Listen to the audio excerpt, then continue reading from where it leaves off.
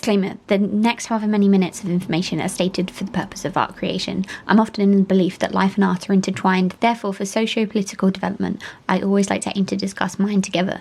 Yet when placing things in the sphere of the internet, I do not always want people to think I am actively putting my personal life online, no matter the disinterest they most likely have in the topic. I'm mostly aiming to perform to a camera.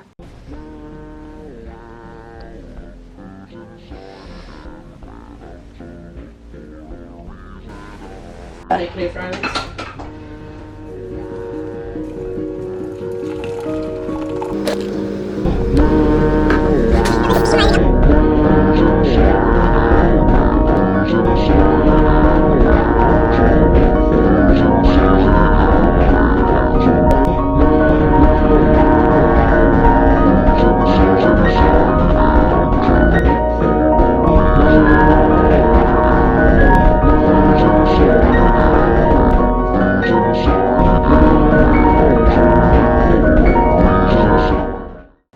I applaud people who aren't stuck in a repetitive cycle right now, who aren't being sucked in by campaigns, who aren't looking to social media to give you an interaction. You don't know what a no bones day is.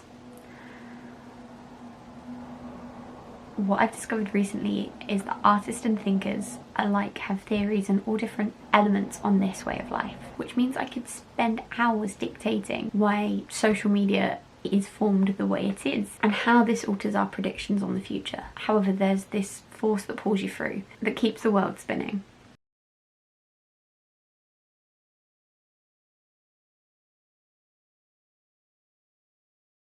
Through all these, I've wanted to know a way to progress forward, through the ruts, through the pandemic slumps, how others were magically getting through. It meant that I got to view others, well, search for joy.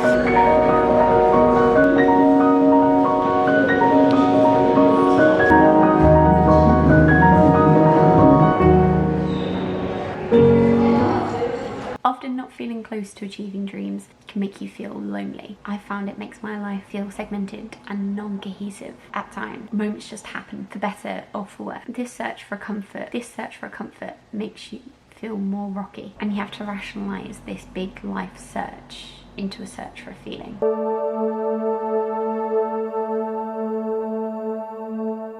Each day progresses, each frame a moment, and we'll wonder yet again if we'll ever rationalise the feeling. It was at this moment Gemma came to the end of being able to write more into this rather depressing taster clip, but rather felt than fade into blackout would choose this moment to deduce its significance in her art portfolio. Previously, a large part of her work was based around cells and her fascination with how these things looked, nothing like the human form, yet somehow formed humans.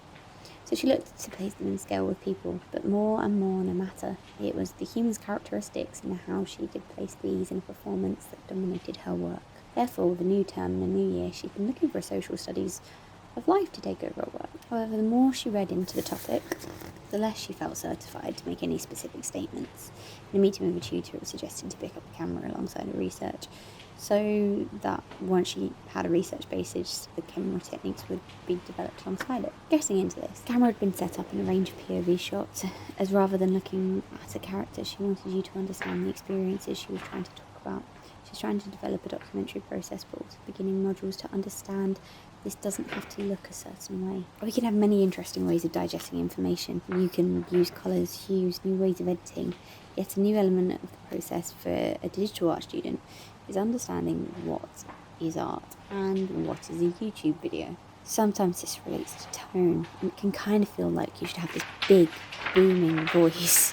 Yet she's beginning to feel like the chaotic rush of her voice is the way she synthesizes information in a tone that people might want to take it in at. So I guess she now asks you, do you see this? Do you see this sea? Do you see this in the sea of the world around us?